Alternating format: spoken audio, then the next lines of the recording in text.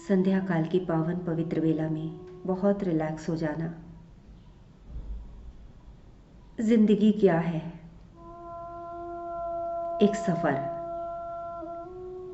एक खूबसूरत सफर जिसमें चलना ही चलना है। अगर आप अपनी जिंदगी में बुरे वक्त से गुजर रहे हैं तो आपको हताश होने की जरूरत नहीं है, क्योंकि हर बुरी चीज में भी कुछ तो अच्छा होता है। और वो कुछ तो यानी आप स्वयं। आप जिंदा हैं, श्वास चल रही है। ये माना कि जिंदगी में दिक्कतें कम नहीं, पर कम से कम जीने को जिंदगी तो है।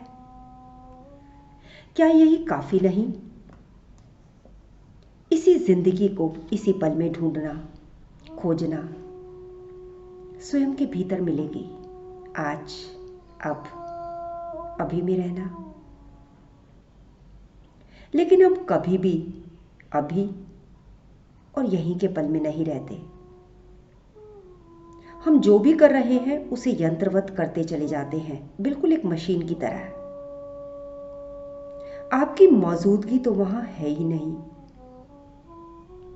आप ध्यान भी ऐसे ही करते हैं। ध्यान दीजिए, कौन कर रहा है ध्यान? क्या आपने कभी ध्यान किया है? क्या आप कभी इसी पल में मौजूद हो पाए हैं? कभी नहीं। जो इसी पल में मौजूद हो सकता है, फिर तो उसका ध्यान में तुरंत प्रवेश होगा। अगर आप सच में ध्यान में प्रवेश करना चाहते हैं तो आपके जीवन का एक भी पल ध्यान के बाहर ना हो। तो सबसे पहले आपको अपने ऊपर काम करना होगा। पहले अपने हृदय की बंजर जमीन को उपजाऊ बनाना पड़ेगा, जिसमें ध्यान के बीज अंकुर निकलेंगे। अभी और यहीं को अनुभव करना होगा। अभ्यास से अनुभव की ओर और अनुभव से अनुभूति की ओर बढ़ते चले जाना। ध्यान रहे, आप अपने जीवन में बहुत से ऐसे काम करते आए हैं जो आपको ध्यान की अवस्था में ले जाते हैं, लेकिन उस समय आप होश पूर्ण नहीं रह पाए। आपका ध्यान में प्रवेश तो हुआ, लेकिन उसका आपको कुछ पता नहीं चला, और ना ही उस पर आपने कभी विचार किया। इसी को होश पूर्ण होना कहते हैं, जब दोनों एक साथ हो रहे हो। यानी आप ध्यान में भी सरक रहे हो और आपको भीतर होश भी है। आप देख भी पा रहे हो कि विचार आ रहा है। कहां से आ रहा है ये? इसका उद्गम स्थल क्या है, पास्ट या फ्यूचर? और ये विचार मुझसे क्या करवाना चाह रहा है? बस छोटी छोटी बातों को पकड़े, विचारों को पकड़े, एक एक सीढ़ी से आप ऊपर चढ़ सकते हैं। थोड़ी देर अंतस की धारा में प्रेम में हो जाना। और इस प्रेम की एक खास विशेषता होती है कि अगर आप कभी किसी के गहरे प्रेम में उतर सके,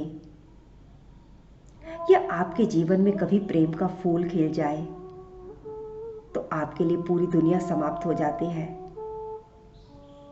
क्या वहां फिर कोई विचार चल सकेगा? कहां है विचार की जगह? फिर प्रेम परमात्मा की पहली सीढ़ी बन जाता है। प्रेम आपके पूरे के पूरे ध्यान को खींच लेता है। जो काम आपकी कितनी ही कोशिशों के बावजूद नहीं हो पाया, वो सहज में ही हो जाता है। उसी प्रेम में होश जग जाए तो समझो काम हो गया। परम प्रेम, भीतर जागना। आज तक के जीवन में तुम्हें प्रेम हुआ है या परम प्रेम? परम प्रेम का पहला लक्षण, जिसका आकर्षण दिन ब दिन बढ़ता है। जितना मर्जी लुटाओ, वो कभी भी घटता नहीं। विजुलाइज कीजिए, जिनके पास बैठकर तुम्हें ऐसा महसूस होता है, किनके करीब आप बैठकर अपनी सुध बुध खो जाते हैं। दूसरा, परम प्रेम में तुम्हें कभी भी नीरसता नहीं लगती, हमेशा नवजीवन, नवीनता। तीसरा, हमेशा हमें तृप्ति का एहसास होता है, अब कहीं भी भटकने का मन ही नहीं करता। इतना मजा आता है कि अब तुम अपने ही अंतस में आकर स्थिर होने लगते हो। चौथा, अब तुम्हारे भीतर से भय ही समाप्त हो जाता है, कोई स्ट्रेस, एंजाइटी, डिप्रेशन नहीं रहता, यानी तुम वर्तमान में आ गए। वर्तमान में आते ही हम भगवत गीता का गीत गुनगुनाने लगते हैं। नेक्स्ट श्लोक में बताया जा रहा है, ईश्वर की अनुभूति करने का जो मार्ग है, उस मार्ग पर चलने वाले भक्त का, प्यासे का, मुमुक्षु का लक्षण क्या है। यहां कुछ बातें बताई जा रही हैं, अपना विश्लेषण कर लीजिए। हे अर्जुन, दैवी प्रवृत्ति ईश्वर का स्वरूप समझकर पूछती है, असुरी प्रवृत्ति बिना ईश्वर का स्वरूप समझे पूछती है, इसीलिए उसका ज्ञान व्यर्थ है, आशाएं और मोहनीय वृत्ति है। ध्यान रहे, सभी भूतों में जो इटर्नल है वह ईश्वर है। यह ईश्वर कोई व्यक्ति नहीं, शक्ति है। ईश्वर कारण है, कार्य नहीं है। जो लोग दैवी प्रकृति के होते हैं वो मुझे सनातन कारण मानते हैं। दूसरा, नाश रहित अक्षर रूप मानते हैं, यानी मेरा कभी विनाश नहीं होता। तीसरा, वो निरंतर भजन करते हैं, भले ही वो कोई भी काम कर रहे हैं, लेकिन मन प्रभु में या सदगुरु में चिपका है, क्योंकि तुम निराकार से डायरेक्ट कांटेक्ट नहीं कर सकते, कोई आकार चाहिए। यानी तुम्हें अपने सदगुरु का स्मरण चल रहा है तो भी चलेगा, यानी अनन्य मन, जिसका मन अपने गुरु तत्व के प्रति निरंतर आकर्षित होता है।